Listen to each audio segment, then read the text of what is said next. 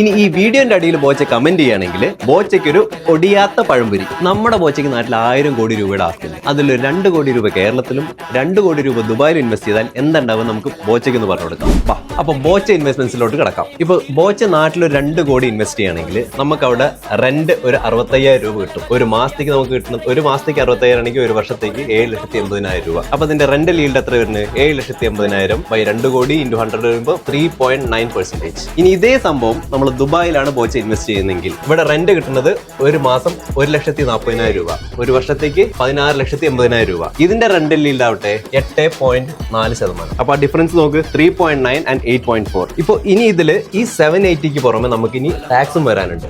പക്ഷേ ഇവിടെ ദുബായിലാവട്ടെ tax free ആണ്. അപ്പൊ 2 കോടി എങ്ങനെ ഇൻവെസ്റ്റ് ചെയ്യണമെന്ന് ബോച്ചയ്ക്ക് മനസ്സിലായല്ലോ. ഇനി ഈ വീഡിയോന്റെ അടിയിൽ ബോച്ച കമന്റ് ചെയ്യുകയാണെങ്കിൽ ബോച്ചയ്ക്ക് ഒരു ഒടിയാത്ത പഴംപൊരി.